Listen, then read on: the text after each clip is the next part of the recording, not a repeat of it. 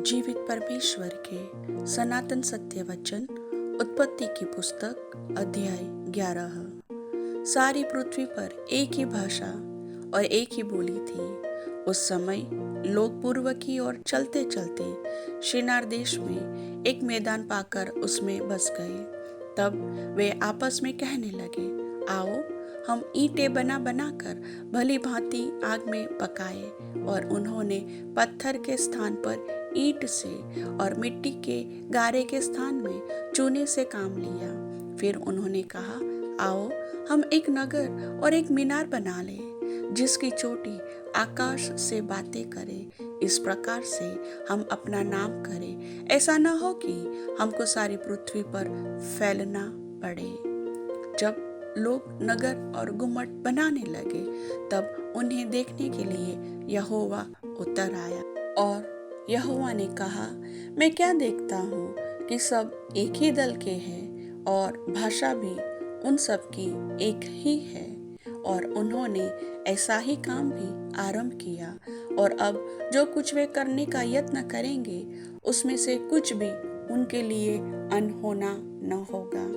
इसलिए आओ हम उतर कर उनकी भाषा में बड़ी गड़बड़ी डालें कि वे एक दूसरे की बोली को न समझ सकें। इस प्रकार यहोवा ने उनको वहां से सारी पृथ्वी के ऊपर फैला दिया और उन्होंने उस नगर का बनाना छोड़ दिया।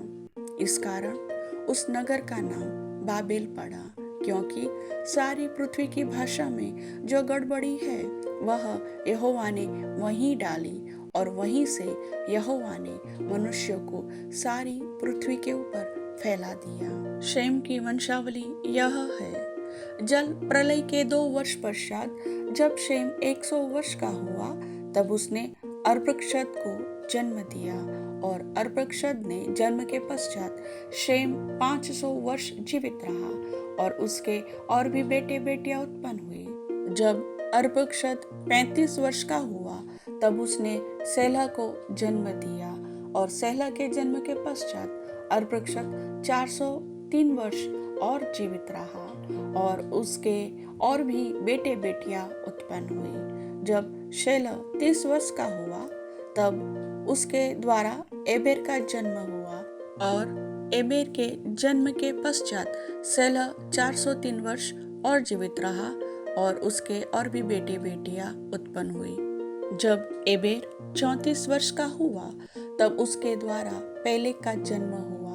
और पेलेग के जन्म के पश्चात एबेर 430 वर्ष और जीवित रहा और उसके और भी बेटे बेटियां उत्पन्न हुई। जब पेलेग 30 वर्ष का हुआ, तब उसके द्वारा रू का जन्म हुआ।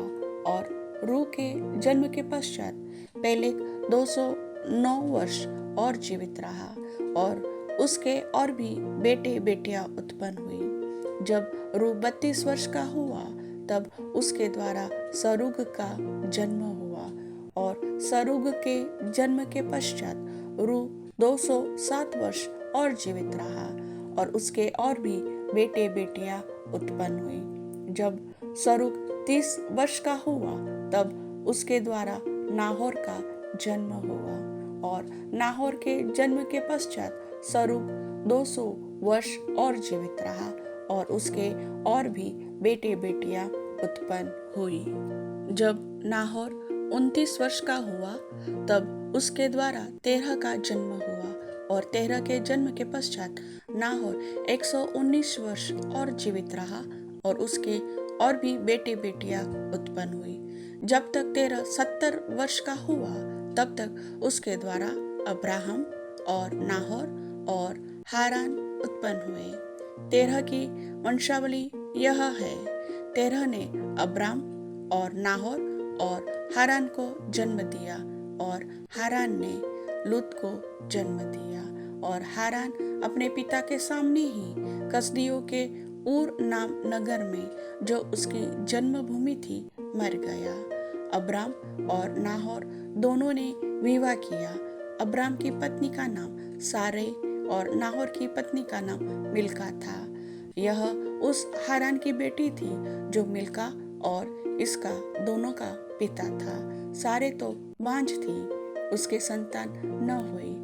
और तेरह अपना पुत्र अब्राम और अपना पोता लूत जो हारान का पुत्र था, और अपनी बहू सारे जो उसके पुत्र अब्राम की पत्नी थी, इन सभी को लेकर कसदियों के उर नगर से निकल कनान देश जाने को चला। पर हारान नामक देश में पहुंचकर वहीं रहने लगा। जब तेरह 205 वर्ष का हुआ, तब वह हारान देश में मर गया। प्रभु वचन के सुनने वाले सभी भाई बहनों को आशीष दे। आमीन।